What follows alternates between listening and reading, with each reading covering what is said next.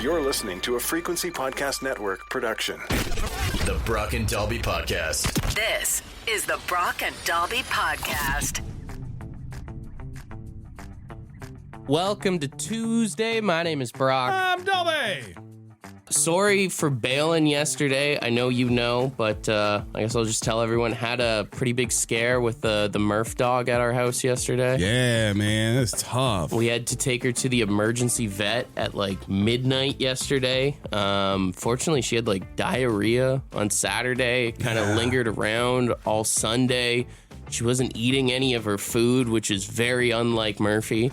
Yeah. She likes a bowl. Oh yeah. And so it was weird, man. I was laying in bed and I was tossing and turning, and then all of a sudden she threw up, and I let her outside.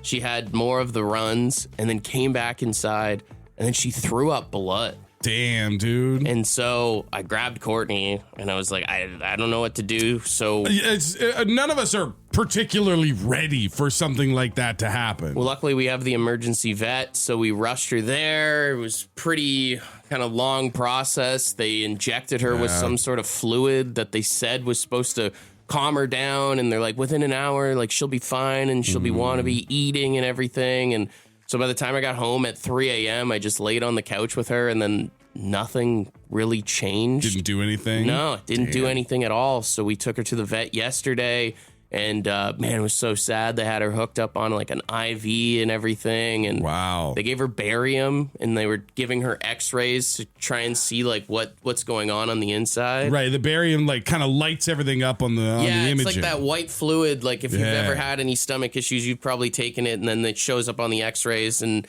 basically, it's like everything, you can see the barium moving through, but it's not moving into her small intestines. Oh, it's something blocking it. Yeah. So, we're kind of just like tripping out. So we took her home yesterday, and they actually gave her methadone because they said she was in so much pain. I didn't know that dogs took methadone. I had no idea. We did have like a little bit of a good sign because she wanted to go for a walk. She ate a little bit of food. She didn't have any bowel movements yesterday, but like last night she did have like a little bit more diarrhea. Stuff got moving. I texted our vet. Shout out to Dr. Mark at Kingston Mills. You're the best. He was like, that's good news. That means maybe the barium's moving through. So right. Courtney's supposed to take her later this morning at like 7 a.m. and they'll do another x-ray, and hopefully like we can see some of the barium start moving through that small intestine. Right, clearing its way. Otherwise, she might have to get cut open and just see what the blockage is. And it's weird because he was asking, he's like, did she like eat a sock, or did she eat a toy or Not anything? Murphy. Yeah, no, Murphy would never. She doesn't do anything like that. So we honestly we don't know what it is. You feel bad because you just thought like, oh, she has diarrhea. Like, right. Yeah. It starts as something so like innocuous, like, this happens, even if you keep your dogs in like perfect health every now and again. Penny, our dog, had diarrhea the other day. Like, it comes, it goes, it's just a normal thing. It's like with kids, except they can't tell you like, hey, this hurts or this is feeling bad. Yeah. So that's when you have to go. But I do know like your dogs are big walking dogs. Like you spend a lot of time in any given day walking those dogs. So like her wanting to go on walks is good. Having that last sort of bowel movement before the end of the night. Like, hopefully these are all signs pointing to recovery without surgery. Yeah. I'm not a religious man by any means, but keep your fingers crossed for the Murph dog, and man. I'll keep you posted. Hopefully she doesn't have to go under the knife, but if she does, we know she's in good hands with the people at the mills there. So. 100%. Well, we're thinking about you, Murph. The Brock and Dalby Podcast. Summer is wedding season. Some of you probably already been to a couple of weddings. Some of you probably have 2 to 3 lined up between now and the end of the summer. Not every marriage works out, though. You and I, both famously and loudly on this show, children of divorce. Yes, sir. There's divorce everywhere. A new trend has started to come to light that is celebrating the idea that not every marriage is made to last. Have you heard of divorce rings? Divorce rings? Yeah. So apparently this new trend is people are taking, mostly women, because they have the engagement ring. Wedding rings usually tend to get like pawned off or got rid of, but engagement rings still hold a lot of value to some people. So these women who are celebrating their divorces are taking the engagement ring off of their ring finger and moving it over to their middle finger, sometimes with some modifications to sort of make it their own style or whatever. And then other women are just fully having new rings custom crafted for their middle finger as sort of just flipping off the past and being like, it's a fresh start for me. The international sign that I'm not taken and he's a piece of crap. Yeah. That's basically it, right? Like, you always hear stories of guys like, oh, you got a finger check, right? You got to watch for wedding rings when you're flirting with girls in the bar and stuff like that. Now you got to watch the middle finger too to find out if maybe things went south a little while ago. I mean, that could be a great scoping out mechanism. You could really find out like who's on the run right now. Who's on the rebound? Yeah. Ooh, she's got a middle finger ring. You know what that means. Oh, she's at the bar on Friday. That means somebody's watching the kids. I don't think I could do it. And again, like, this is not a guy heavy trend, but I just feel like if you're married and you're in that relationship and it goes south to the point where reconcilable or irreconcilable differences, you go your separate ways. I don't want a constant reminder of what was sitting on any finger, even the middle. Like, I just don't think I do it. I'm always intrigued when people get divorced, like what they do with their rings, because it's like if you take it to a pawn shop, you're really getting nothing for it in return. That's just it. Like, then again, it's like you probably just want to get rid of it for the most part. Get it out of the house. Yeah, I mean, for some people, it's like a cursed item, right? Like, there are people who wouldn't buy a wedding ring in a pawn shop. But then again, there's some people that get divorced and are like, I'm never getting in a relationship again. So maybe it's just the reminder that you look down at your hand. Right. You know? Yeah, no, that's true. It's sort of like how people used to tie like a string around their finger so they wouldn't forget a thing. Yeah. Except your string is made of gold and diamonds, and it reminds you that men suck. Never forget what they did to you, you know? The Brock and Dalby Podcast. The Brock and Dalby Podcast. All right, Rob, you're divorced. What did you do with your wedding ring after you got divorced? I gave it to my son. You gave it to your son. Why'd you give it to your son? I did because it's still his mother. I guess that makes sense. That this is the ring that you wore. Like, this is the ring she put on your finger. Absolutely, yes. I don't know what she did with her ring. I'm hoping that she gave it to our daughter. Right. How would you feel if down the road when he goes to get married, if he used your wedding ring as his wedding ring? That would be his choice. Wouldn't that sound kind of like, and no disrespect, kind of like a cursed option in a sense? Well, it all depends on how he feels about it. Yeah. If he feels that he wants to carry on his father's strength and move forward with it. Well, maybe it is like second time's the charm. Choice, right? Like, You don't want to follow my footsteps. yeah, you said the words carrying on. I think what you want as his father is for him to not carry this on. It's like a heirloom that he can pass down onto his son that eventually gets divorced and his son that gets divorced. He can correct the situation. There you go. Yeah. This is a chance to atone for the father. You know, I've never thought about it till we just talked to Rob. If you buy a ring from a pawn shop, which no disrespect on that or anything. No, because if you have a ring, like, it's a valuable thing, but really the only place you can sell it to get your money back is a pawn shop. But if you bought a ring from a pawn shop, you know why it ended up there. It's either two options. Right. It's either somebody died, or it's a divorce ring. Crazy to think that the better option is somebody died. Like, that's the less cursed option. That's kind of what I was saying with this is like, I mean, like, if you found out that your ring came from a pawn shop, doesn't that seem like a bad omen leading into getting married? I guess it really just depends on like how superstitious you are, right? Because there's two ways to look at it. If someone proposes to you with a ring from a pawn shop, you can either look at it from the perspective of like, why on earth would you bring this bad karma, these bad spirits into our relationship? Or, wow, we can probably go on a vacation with all the money you saved. It just feels like buying a haunted house, in my opinion. You know, like there's so much bad juju attached to it. And yeah, it's probably got a few ghosts of its own in like there. It's a selling feature for some people to buy a murder house. Right. Is that like a thing for some people? Are there people who go out of their way, like they're in the pawn shop and they're like, do you know the backstory of the divorces that brought these rings here? I want the gnarliest one. One ring will bind us all. This This is the Brock and Dalby Podcast. All right, Dalby, I want to see if you can finish this headline here. Okay. More than 150,000 people applied for an AI study of blank. An AI study? Is it like being able to tell the difference between like real and fake photos? They're trying to work on that. No. Is it, I know a lot of AI companies are working on voice recognition. Is it like lending their voices to help AI be able to speak better? It is not that. God, I don't know. It's more personal. It's like AI therapy or something? Way more personal. What's way more personal than therapy? More than 150,000 people applied to join an AI paid, how can I word this for radio? Self-pleasure study?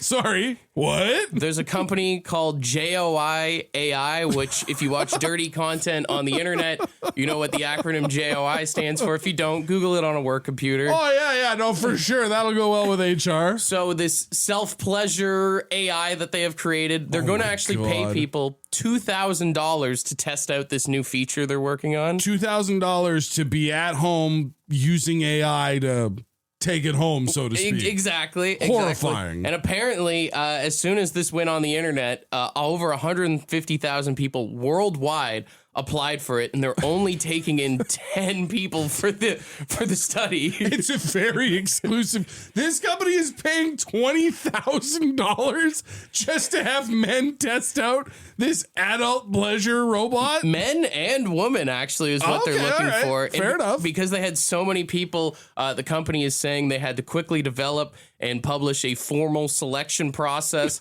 So they wanted people from all different sort of walks of life. They claim that they have people in the adult entertainment industry, all the way to people in the trades and everything in between. It's funny that they didn't expect there would be a lot of people we had to develop a selection process because we were overwhelmed. If there's one thing everybody knows about the internet, it's that it's horny as hell. Of course you were going to find 150,000 people. Everybody poops and everybody solo times. Yeah. Everybody gets to know themselves. So you get $2,000 in compensation for doing this study, but in the study itself, they are also having these 10 people do daily surveys where they're supposed to measure like their changes in stress, their mood, how they're feeling, sleep, self-esteem, if it's limited their screen time or anything like that. Okay, yeah. I mean, basically the idea of like, is your release making your life better thanks to our AI? It sounds like a teenage boy's dream job, honestly. Honest to God, yeah. I mean, if you were to open it up beyond the 10 people, you could pretty much get everybody between the age of 16 and 20. Is that something you can put on a resume? Listen, you could put anything on a resume. I think this is something you should put on a resume. What are the relevant skills to the job you're applying for? I'd love to see these surveys, though, handed in. Like, how did you feel? It's like ashamed, alone, sleepy. I was really looking forward to a smoke. I hope they're not like our radio diaries where they have to be handwritten. I'd hate to touch those pages after. The Brock and Dalby Podcast. The Brock and Dalby Podcast. It's time for Brock and Dalby's draft. All right, we got a message from friend of the show, Jeff, who said that as he's raising teenagers, he catches himself saying a lot of the phrases that his parents said to him as a kid. Of all the things that your parents can leave for you, can hand down for you, for some reason, it's all those same old parenting cliches that are the ones that hang on the hardest. So we're doing a draft of the best. We're going to call it parentisms. Okay. Niche sayings that parents like to say. Yeah. All parents like to say. Yeah. And you won rock, paper, scissors, so you have the all-important first overall pick. And I think with the number one pick, a classic saying that every parent since the beginning of time has ever said to their kids and just cuts like a knife has got to be, I'm not mad, I'm just disappointed. You're 12 years younger than me, and you looked me in the eye when you said it, and I felt shame. I haven't even done anything. That phrase just stabs at the heart. When your mom looked at you and said that, she's like, please. Devastating. Please. How can I fix this? What can I do to make this just right? Just be mad at me. Tell Dad to get the belt. Come on. My first round pick, I'm going to go with one that maybe is a little more specific if you are a parent of boys, or you heard from your parents if you are a boy. But it is, if you keep doing that, you'll go blind. And you know what? Joke's on you, Mom. I got LASIK, so everything's fine. A lot of people who grew up in religious households most definitely heard that. With my second one here, I realized I picked another threat. I'm going to go with, I brought you into this world. I can take you out of it. Yeah. I have used that one. Now, mind you, usually it's when I'm like, play wrestling with the kids or something like that. But at the same time, definitely have heard that from a few parents. Yeah, and it wasn't until I hit like a certain age where I'm like, that's illegal. Yeah. You would never do that. You can't threaten to murder me. That's not okay. There's a small grace period as a child where I did believe it, though. Yeah. I'll take you past threats to actions with my second pick, but along the same lines. This is going to hurt me more than it hurts you. You know what? No, it won't. Because the wooden spoon might hurt you emotionally, but it hurts me very physically. There's a lot of kids that maybe haven't heard that phrase. We're much softer these days. It's a lot harder to get away with saying something like that, but still. My final parentism here is actually not a threat, but more or less something as a picky eater I heard growing up at the dinner table a lot is kids in Africa would love to eat that. Yeah.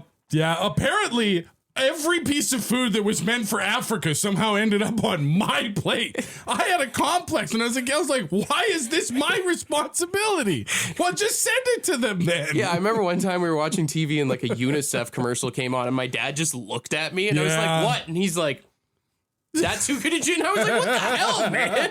Don't put a face to it. That's brutal. What's your final parentism? I'm not going to lie. I was going to Africa for my third and final pick before you scooped it, but I will instead end up taking, I'll tell you when you're older. So many times my parents would have these conversations and you'd overhear something interesting where you'd hear them whispering, probably as they were getting ready to get divorced. That's what I was going to say. I feel like a lot of the times when my parents were having serious conversations, right. Yeah. And you'd come around the corner and you'd be like, hi, Mom, hi, Dad, what's going on? We'll tell you when you're older.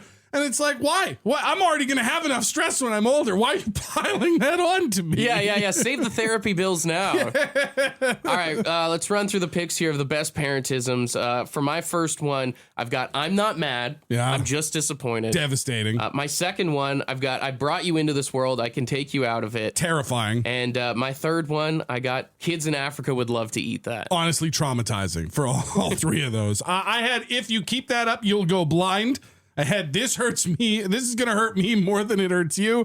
And I'll tell you when you're older. The Brock and Dalby Podcast. I'm very proud to announce I'm catching a W in the parentism draft here this morning. I guess your parents were meaner to you than mine were to me. A lot of ones that we left off the board that people are texting in is if your friends jumped off a bridge, would you? Dude, that one was my mom's favorite. Because I said so.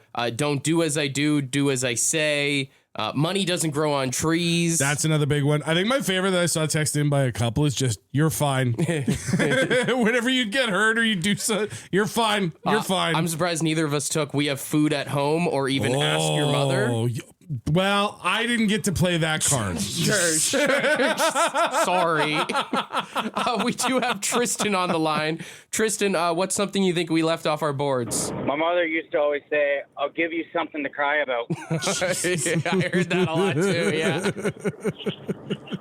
Like, if I'm making a big deal out of nothing, she'd be like, okay, I'll give you something to cry about, and then pound her fist at me. Like, okay, better stop crying here before I get my ass whooped. You know what's funny is like all of these parentisms that we're talking about, they all hit when they're coming from your mom or your dad. Oh, right. And when you're a kid. But imagine if like a grown man said, I'll give you something to cry about. Right. That might be a little bit, offside. Imagine you're at work and you're having a bad day and your boss comes over to your desk and is like, I'll give you something to cry about.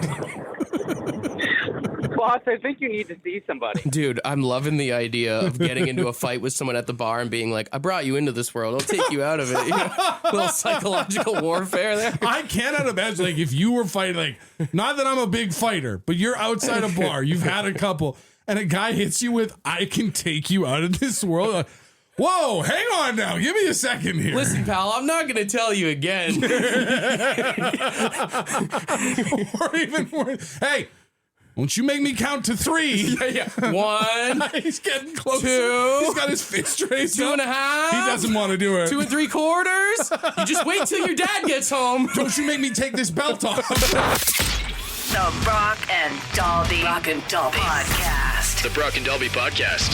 Yeah, hey, good morning. My name is Brock. I'm Dalby. How much money would it cost for you to give up your seat on an airplane? What do you mean? Well, so a airline is going viral after a TikTok video showed, you know, when you're sitting in the airport and you're at your gate, you're just waiting to board, and sometimes they'll make announcements, usually about things being delayed or held up. The flight's overbooked, maybe. So this specific flight was massively overbooked to the point where they needed people to be taken off. And as always, they will try and get people to volunteer before they just unfortunately have to select people that won't be getting on the flight. Mm-hmm. So they show the guy, the flight attendant, getting on the little speaker there and offering a compensation package for anybody who is willing to volunteer to sit out and wait for a later flight.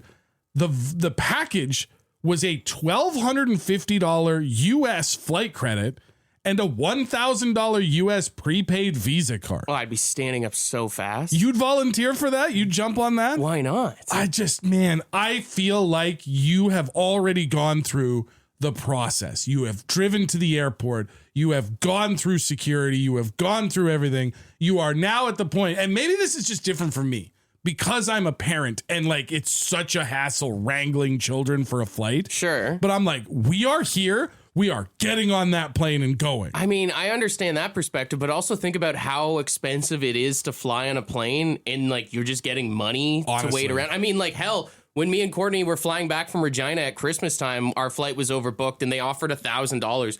Dude, 20 people stood up. Oh, right. yeah. Me and Courtney were like tapping each other and we were way too late on it. 100% I'd do that, man. Free money just to like wait around the airport for a bit. It is one of those things where it also depends on where you're going and like what the timeline is. Yeah, you know what I mean? I think if it was like maybe you're doing a resort thing, or I guess like I was going to say if it's for work, but then if it's for work, I mean, all you have to do is say that your flight was delayed. That's just it, right? Your boss does not need to know that you just pocketed $2,200 in perks to be late for whatever the work project is. If it's like an emergency thing and you're flying back because someone's in the hospital or something, I get that. But I mean, dude, how often do you get paid just to like sit and wait around? $2,500? Yeah, and that's the other thing is it also depends on how long the wait is. You know what I mean? Like if this is hey, you got to wait 4 to 6 hours. Okay, you know what? We can kill time with our new $2,200 here in the airport. A lot of money for airport beers. But if it's like a day and a half, now you're talking about getting a hotel and stuff like that. You're spending the money that you got to not be on the plane. At that point, brother, just put me on the plane. I don't know. I kind of wish like more things did this, you know? Like what if you were at Service Ontario and they came up to you and were like, hey, this guy's really impatient, or you see that Karen over there freaking out? Yeah. We'll give you $500 to move to the back of the line. Would you not do that? I'd do that. Oh, in a situation like that, 100%, brother. I'll stay at the back of the line all day, keep the checks coming. The airplane is different because of the travel, but you're right. To be compensated, dude, what if someone from Tim Hortons had to come outside? Hey, the guy in front of you just ordered a full breakfast for his entire crew, so here's a $25 gift card to chill in line. Dude, that would be great. You know where they should do that? They should do that at convenience stores. If you have a bunch of like lottery tickets that you're looking to scan or scratch offs or something, you should have to give people like $5 in line. You know, you get a cut depending on how far back in the line you are. The cut gets higher. I at least get one free play.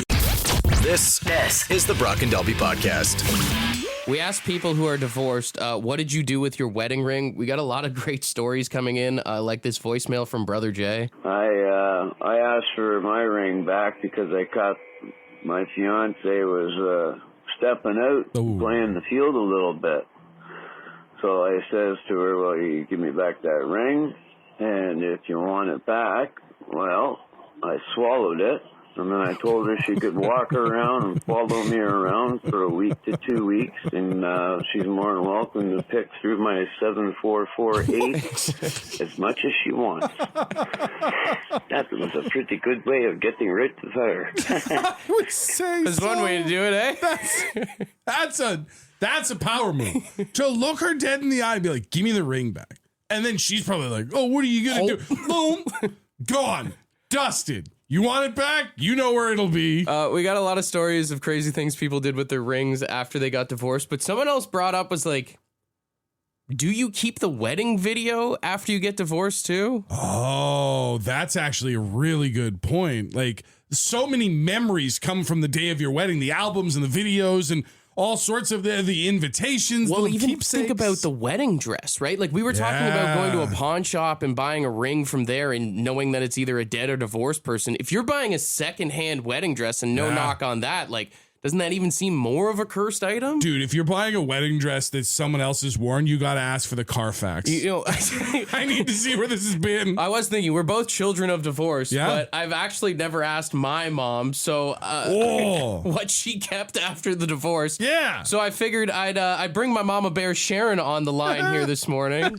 Calling in, going to the bullpen for an expert here. Mom, thank you for staying on hold. We are live on the radio right now, so please don't swear or anything. But Mom, I want to know, did you keep the wedding video? What did you do with the wedding video? Oh, my God. I actually did because I figured I might have to give it to the hitman. So that was my reason for keeping it.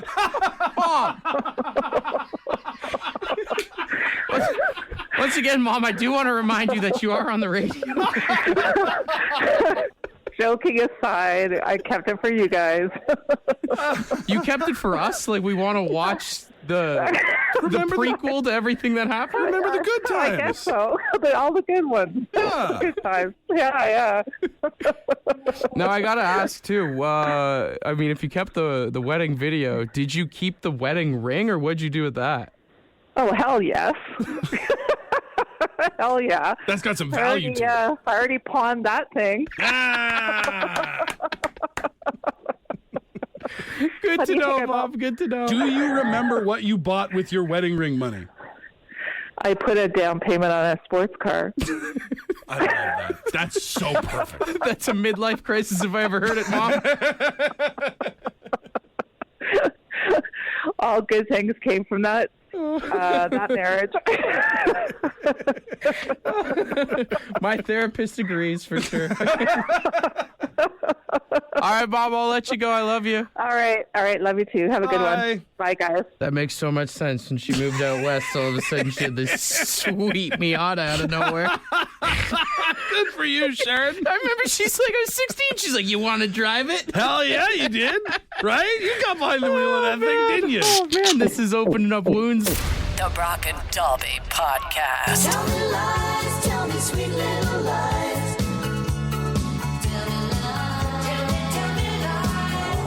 All right, we're looking for some big fat liars here this morning. It's one of the only times in your life that you will be rewarded for being better at lying than anybody else. All right, best lie wins. And what we're looking for you to lie about here this morning is we saw you with that girl or that guy last night.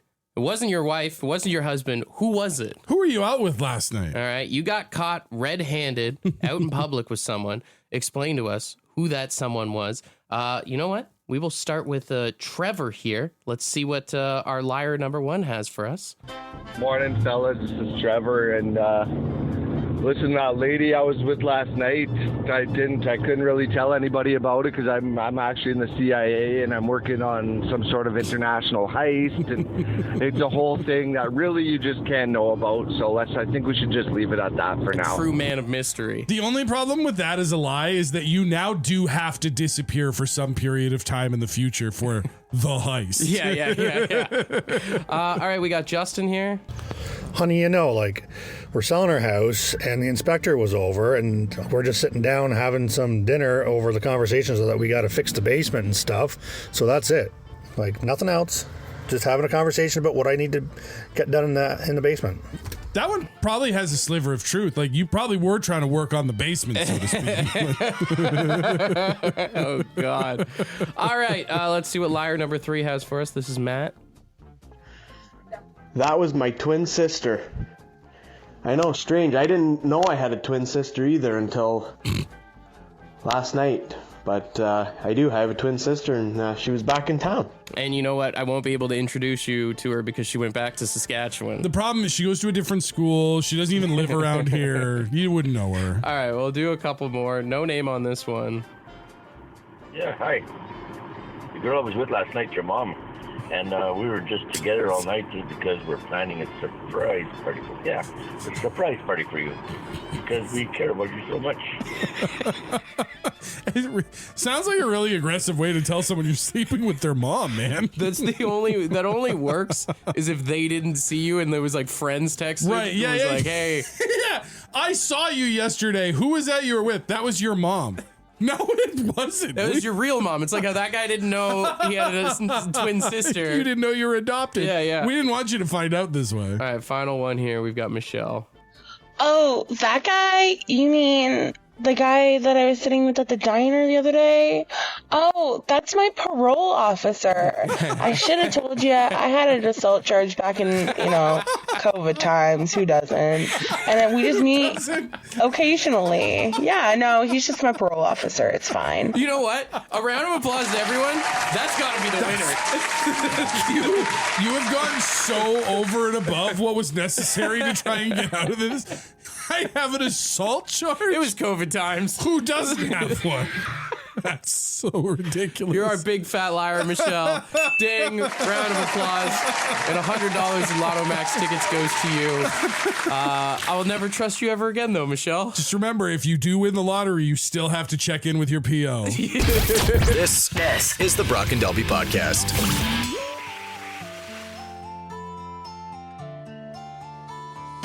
I think you should send us a text message 762-555 right now. Oh. Ask us anything that you want right now. We'll read it on the radio in a couple minutes. Oh. Send us a text. Ooh. A text right now. 762-555. Send us a text. Ask anything that's on your mind. We'll read it on the radio. All right, man, put your shirt back on. Jesus. All right, let's get her going. 762-555. First one in here says, if your sweat was a condiment, which condiment would you want it to be? Oh. I mean, you'd want it to be something thin, right? Like, you wouldn't want it to be a thick sauce. I mean, because that would be gross. Yeah, I don't know why. Like, my first one was going to be like vinegar, but then that would like sting. Yeah. But then you'd be clean. You would. It'd be very hygienic. I think the two ways to go is either something that's like easy to clean or like thin, like not sticky. Something translucent. Or, hear me out, the sauce you use the most. You know, like imagine being an old Italian Nonna that sweats marinara. Like, think of the money you can save. Like if you're sweating ranch and you're just like, you're out at the bar and they're like, you're like, how much do I have to pay for an extra dip? Like, absolutely not. Your garlic dips that you're so in love with. Imagine if they came out of your pores. Dude, imagine how much I would stink in this room right now. I think that's a terrible idea. I'm not saying it's the ideal situation, but as far as like I was cursed by an old witch, yeah, this is not the worst. I think the only thing about like using yourself as the condiment is you got to think like if you're sweating, that's because you're gross. Like you're being stinky. You're being too active or something, right? You're only gross because our current liquid that comes out, our current sweat is smelly, stinky, right? Imagine if you ran and instead of sweating like gross, smelly stuff, you sweat dip. I'm telling you, I think there's something to this. I'm so dippy right now. Oh, I just went to the gym. Is this why I'm fat? Is this mentality you why got I'm way more excited about this than I thought you would. You better be wiping down your seat at the gym. Someone said, how much money are you supposed to give someone for their wedding? I don't know, $100? It depends. You jump to 100 real fast. what is the relationship? Good point. If it's like a family member or like a real close friend, yeah, I think $100 is probably the high end. That's the top. That's the cap. Is it someone that you were surprised they invited you to the wedding? Right. Yeah. Did you just get invited because they were like, I bet we could get a present out of that person? Or they're looking to fill seats? A coworker, an acquaintance. I think at that point, $25, like a gift card maybe. I think 50 is probably a good average. If you know it's going to be a big wedding, and this is the cheapo in me, yeah, you could probably get away with not giving a gift because, like, how are they not? Unless you're super close to them. Yeah, well, that's just it. If you're super close, yeah, give them. And also, like, what can you afford, right? Don't go broke for somebody's dumb wedding present. Yeah. All right, what's another one here? If you could reply with one word and one word only for the rest of your life, what word are you picking? No. Yeah, but that could get you into some trouble too. Well, how is no? No is the one to pick because I'm just shutting everything down. Do you want to raise? No. Right? No. I mean, maybe it's in the tone where you're like, no. No. But like, yeah, you'd have to be really careful on what word you pick because even if you said it was going to be like yes or sure, yeah, well, that's going to get you into trouble those too. are way worse. Hey, did you murder that person? Yeah. Yes. You know, like that's the thing. There's so much to do with subtext that maybe you split the difference. Maybe. Do you want to raise? Maybe. Did you kill that person? That's bad news too. I don't know if there is a good word. Anyways. Yeah, oof. Want to be a part of the podcast? Leave a message on the Bad Line. The Bad Line is the answering machine for the Brock and Dalby Show. To get the number, text the word BAD to 762-555. Thanks for listening to the Brock and Dalby podcast.